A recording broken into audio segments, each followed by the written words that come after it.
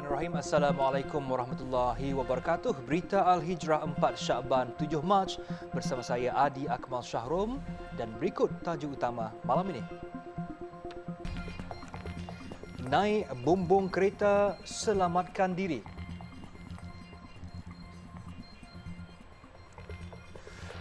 Juga hampir 20 kucing ditemui mati.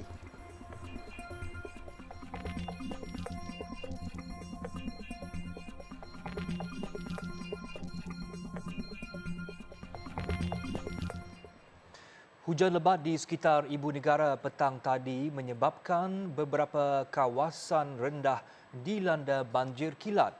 Antara lokasi terjejas di Jalan Kuchai Lama. Amatur bah di Jalan Kuchai Lama yang dirakam orang awam viral hari ini. Ada video menunjukkan ratusan kenderaan ditenggelami banjir. Selain Kuchai Lama, antara lokasi lain di negeri air di Kuala Lumpur ialah Jalan Pudu dan Jalan Sri Permaisuri, Jalan Tun Razak dan Jalan Pahang. Bagaimanapun, setakat ini tiada pemindahan mangsa dilakukan.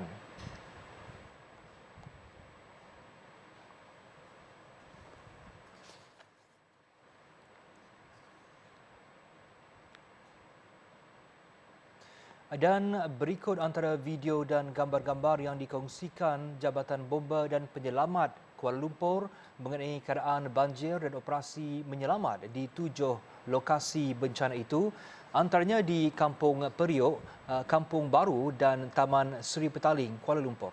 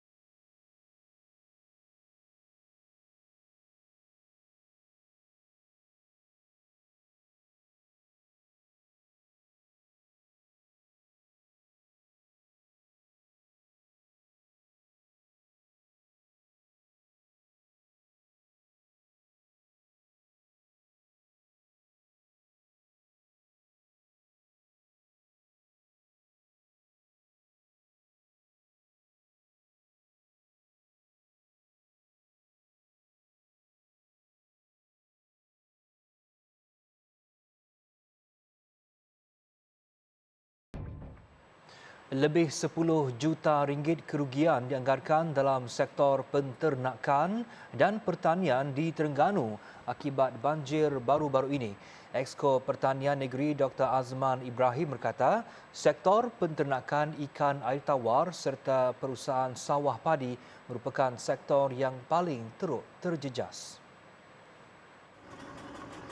Jelas Dr. Azman, ratusan tan ternakan ikan sangkar air tawar di sepanjang Sungai Terengganu serta ribuan hektar tanaman padi dibesut dan setiu musnah. Saya menganggarkan kerugian dalam sektor pertanian ini melebihi daripada 10 juta ringgit. 10 juta ringgit dan saya dah membentangkan data awal kepada Majlis Mesyuarat Kerajaan Negeri untuk diambil perhatian kerana tabung bencana pertanian kita hanyalah berjumlah RM1 juta sahaja. RM1 juta ni untuk kegunaan sepanjang tahun daripada Januari 2022 sehingga Disember 2022, meliputi 4 sektor, sektor pertanian, sektor penternakan dan juga sektor perikanan.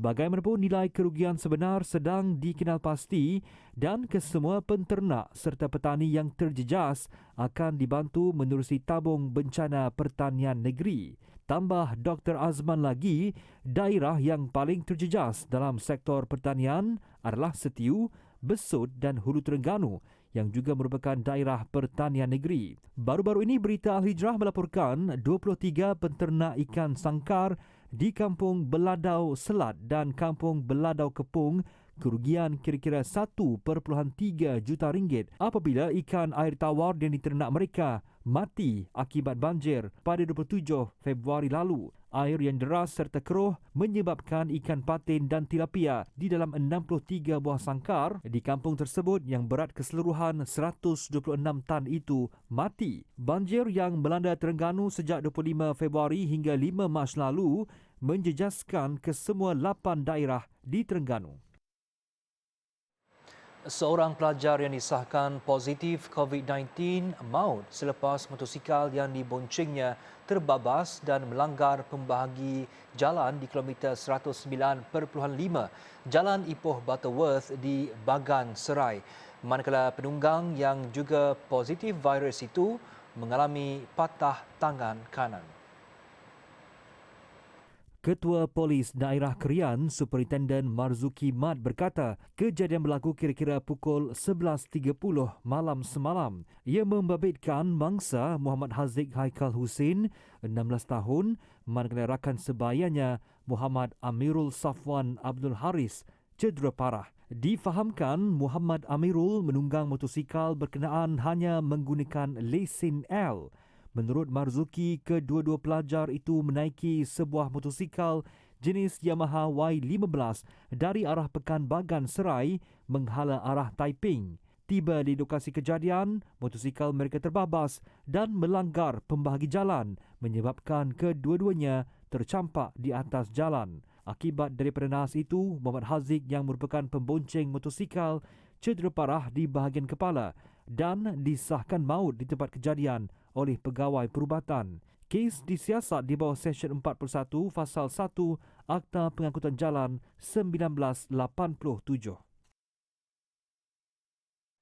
Pihak polis dan Jabatan Veterinar sedang menyiasat satu kejadian melibatkan hampir 20 ekor kucing yang ditemui mati bergelimpangan di pantai Bukit Keluang Besut. Haiwan berkenaan telah ditemui bergelimpangan di sekitar pantai berkenaan oleh seorang lelaki warga tempatan sekitar pukul 8.30 pagi semalam. Ketua Polis Daerah Besut, Superintenden Abdul Razak Muhammad berkata, pihak penguatkuasaan dan teknikal daripada Jabatan Perkhidmatan Veterinar Besut dan Kuala Terengganu telah menggali semula dan mengeluarkan kesemua kucing yang telah ditanam bagi mengambil sampel untuk tujuan analisa. Katanya 2 ekor kucing telah ditemui mati berdekatan pesisiran pantai, manakala 13 ekor kucing lagi mati di atas tanah berdekatan pokok-pokok dan terdapat kesan lebam biru pada perut kucing, darah pada mulut dan hidung serta ada yang terburai perut. Katanya sebanyak 15 ekor kucing telah mati, manakala 2 ekor kucing masih hidup namun dalam keadaan kesakitan dan kesemua kucing yang mati telah terlebih dahulu ditanam oleh lelaki tersebut. Menurutnya, berdasarkan aduan, kematian kucing-kucing tersebut adalah daripada perbuatan khianat oleh individu atau kumpulan yang tidak bertanggungjawab dengan sengaja membunuh kucing. Katanya kes disiasat di bawah Seksyen 428 Kanun Kesiksaan Khianat ke atas binatang yang boleh dikenakan hukuman penjara sehingga 3 tahun atau denda atau kedua-duanya sekali. Gara-gara sewakan premis kepada sindiket perjudian dalam talian, 5 premis perniagaan di Serdang dikenakan tindakan pemotongan bekalan elektrik oleh Tenaga Nasional Berhad. Polis Serdang juga turut mengenakan tindakan undang-undang di bawah Akta Rumah Judi Terbuka 1953. Ketua Polis Daerah Subang Jaya, Asisten Komisioner Abdul Khalid Osman berkata, pemotongan bekalan elektrik itu dibuat di USJ 1, Sunway, Puchong dan Putra Heights. Jelasnya, sepanjang bulan Januari dan Februari lalu, sebanyak 11 buah premis telah diserbu polis mengikut Akta Rumah Judi Terbuka 1953 dan kebanyakannya adalah rumah kedai yang dipercayai disewa oleh sindiket judi dalam talian. Kita berharapkan supaya tindakan kita pada hari ini akan membantu supaya premis ini tidak digunakan semula sebagai pusat perjudian online. Dan kita berseru kepada masyarakat Subang Jaya, sekiranya nampak mana-mana premis-premis yang kita percaya aktiviti ini dijalankan, maklumkan kepada pihak kita untuk kita mengambil tindakan sewajarnya.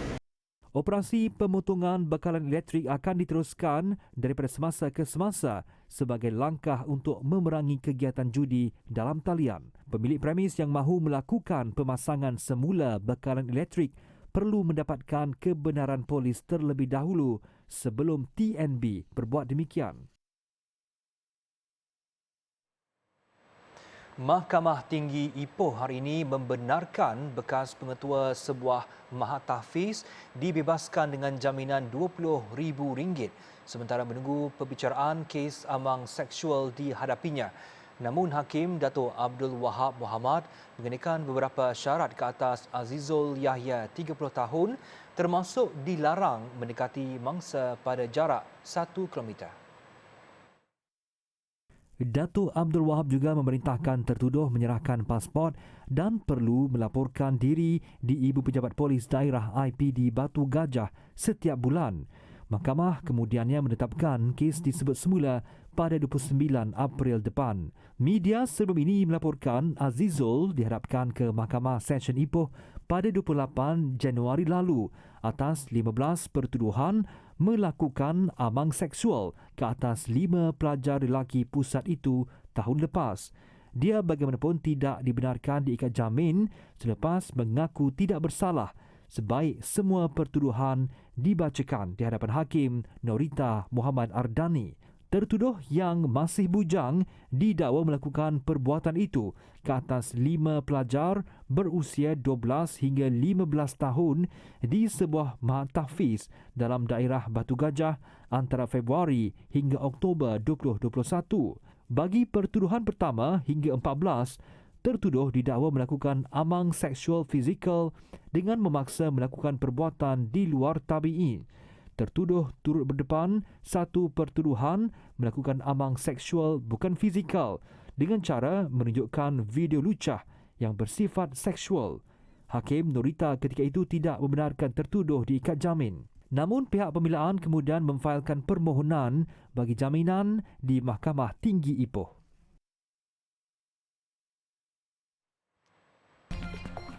Batal sekatan COVID-19, tiada kesan harga pakej umrah.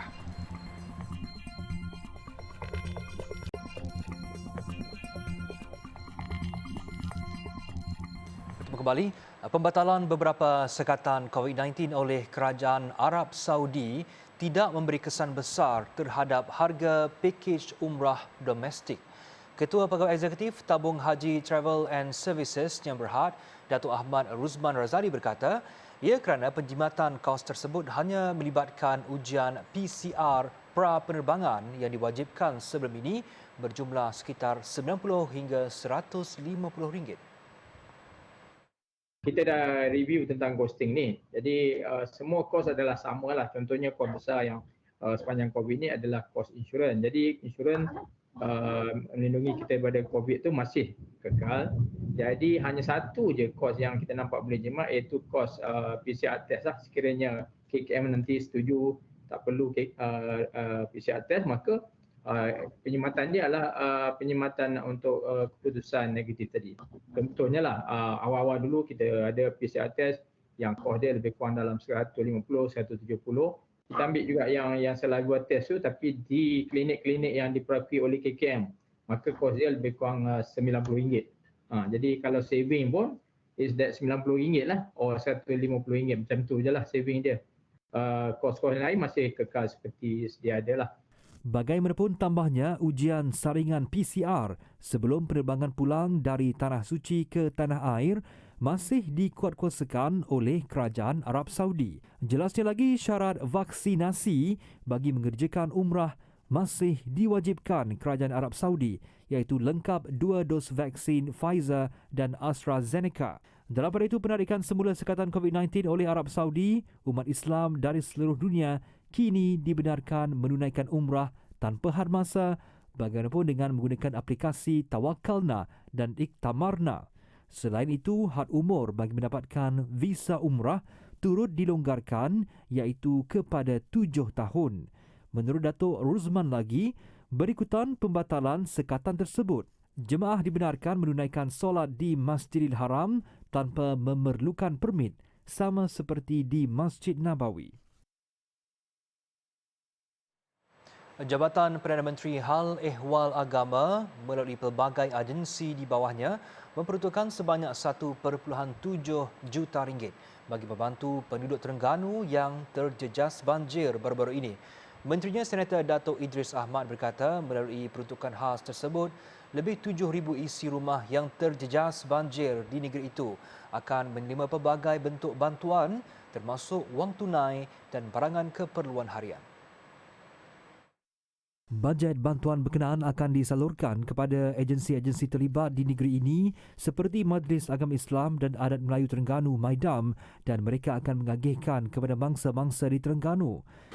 Dan Alhamdulillah ini merupakan satu sedikitlah daripada sumbangan yang boleh kami meringankan dan masukkan kegembiraan kepada mangsa-mangsa banjir, khususnya yang terdapat di negeri Terengganu. Sebenarnya bajet yang tersebut 1.7 juta termasuklah juga di yang kena mangsa di Ulu Terengganu dan juga tempat-tempat yang lain.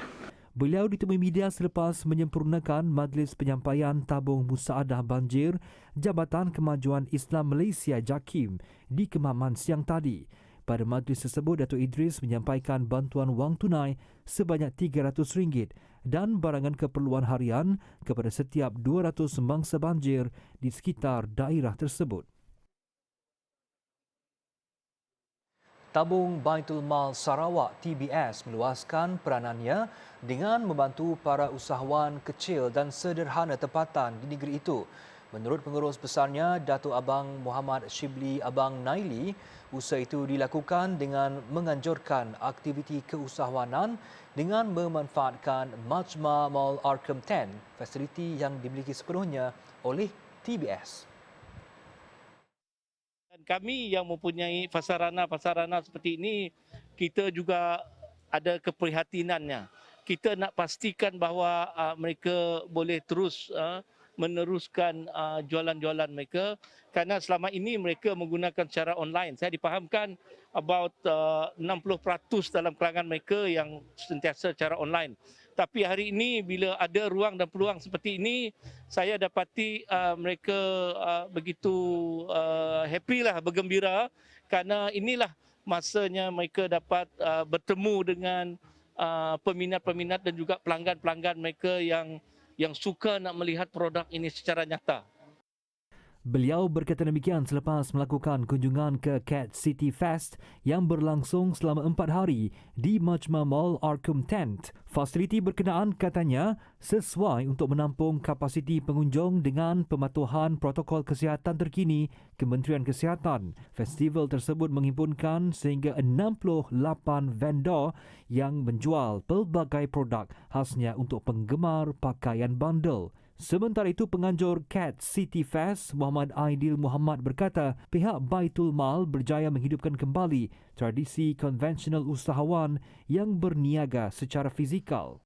Alhamdulillah dengan adanya pasarana tu, and then Muhammad Datuk dah habisnya pandemik, tetapi fasa yang ketiga dan keempat tu memang kami orang happy lah. Akan tetapi untuk event kami orang sentiasa memperketatkan SOP. Setiap kali kami orang akan ada staff untuk ngecek MySejahtera. And then kami orang memang pertekankanlah benda lah daripada awal event sampai akhir event kelak. Bagi kami, berkedai juga, ya antara satu dari rezeki, punca rezeki kita juga. Jadi yang mana peniaga-peniaga kecil, kita yang berkedai macam tu, ada cawangan macam tu, kita harus support dia juga. Kita turun padam, kita support, jadi dia semangat dia untuk ke bidang tu lebih lagi lah. Lebih untuk maju ke depan. Jadi dia rasa untuk anak-anak muda, karena banyak kini tu anak muda kita yang baru angkat-angkat dan dalam bidang bandel dan minat.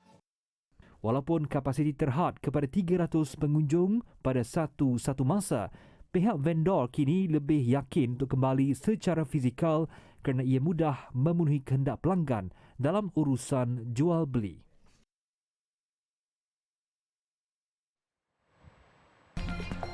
Puting beliung bunuh 7 orang.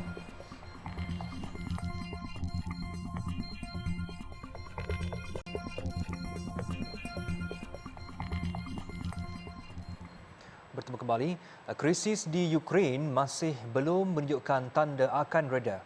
Rusia didakwa terus memperhebat serangan termasuk di kawasan pedalaman di negara bekas Soviet itu.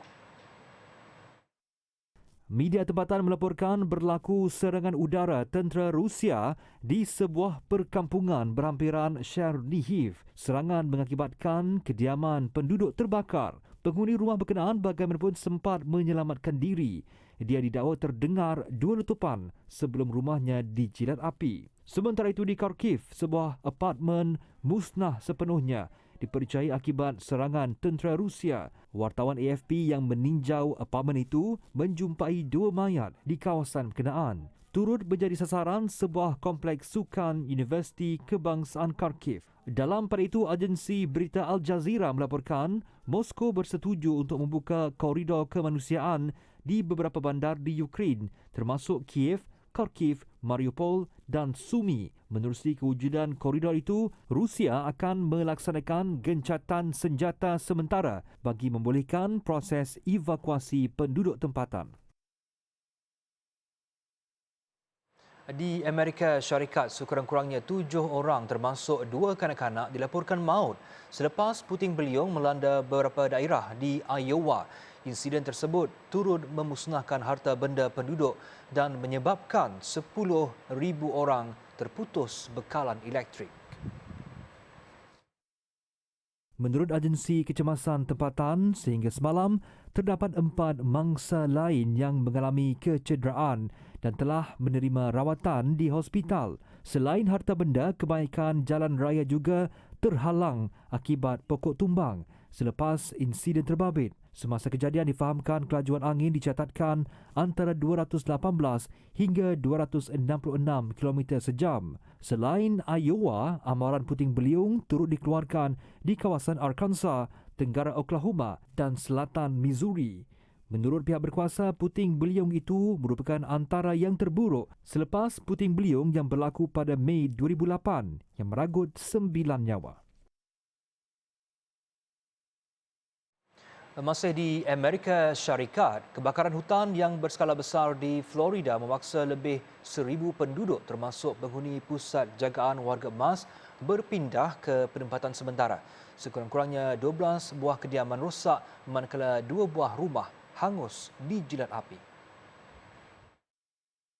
Menurut agensi hutan Florida, kebakaran yang bermula pada Jumaat lepas berhampiran Panama City telah memusnahkan sekurang-kurangnya 9,000 ekar kawasan hutan setakat semalam. Pada masa sama, Gubernur Ron DeSantis berkata beberapa pegawai kecemasan yang bertugas ketika kejadian mengalami cedera ringan. Menurutnya lagi, angin kuat serta cuaca kemarau menyebabkan api merebak dengan cepat. Kebakaran dikatakan berpunca daripada pembakaran terbuka yang dilakukan oleh penduduk. Sekolah di daerah itu juga ditutup hari ini susulan keadaan guru dan pelajar-pelajar yang terkesan akibat bencana berkenaan. Dan berikut berita antarabangsa pilihan yang lain. Meskipun sedang bergolak dengan peperangan, 2 orang tentera Ukraine berjaya melangsungkan perkahwinan di medan perang. Pasangan tersebut membuat majlis serba ringkas dengan ditemani rakan tentera lain menceriakan hari bahagia mereka. Lesia dan Valerie mengambil peluang berkenaan untuk berkahwin setelah berkenalan hampir 20 tahun. Masih di Ukraine, beberapa pelajar India yang terkandas di negara itu terpaksa mengumpulkan salji untuk dicairkan bagi dijadikan air minuman dan bekalan air bersih. Menurut media tempatan, mereka melakukan tindakan tersebut kerana sudah terputus bekalan air sejak bermula krisis Ukraine dan Rusia. Selain bekalan air, kesemua 900 pelajar India di sana terpaksa berdepan masalah bekalan makanan yang terputus dan telah meminta bantuan kerajaan India untuk membawa mereka keluar. Di India, kerjasama penumpang dan orang awam menolak beberapa kos kereta api mendapat pujian ramai ia kerana mereka mahu mengasingkan kos tersebut daripada bahagian enjin kereta api dan 2 kos lain yang tiba-tiba terbakar. Menurut pegawai petugas, tiada penumpang yang mengalami kecederaan akibat kebakaran itu. Data banci yang komprehensif menjadi bukti kebersamaan sebagai sebuah keluarga Malaysia yang dinamik dan harmoni. Perdana Menteri Datuk Seri Ismail Sabri menzahirkan setinggi-tinggi penghargaan kepada kementerian, agensi kerajaan negeri dan pihak berkuasa tempatan, pihak swasta serta seluruh keluarga Malaysia yang turut serta dalam menjayakan pelaksanaan banci ini. Sekian berita Al-Hijrah, layari alhijrahnews.com untuk lagi laporan menarik dan artikel eksklusif. Saya Rekam Syahrum. Assalamualaikum dan kekal selamat.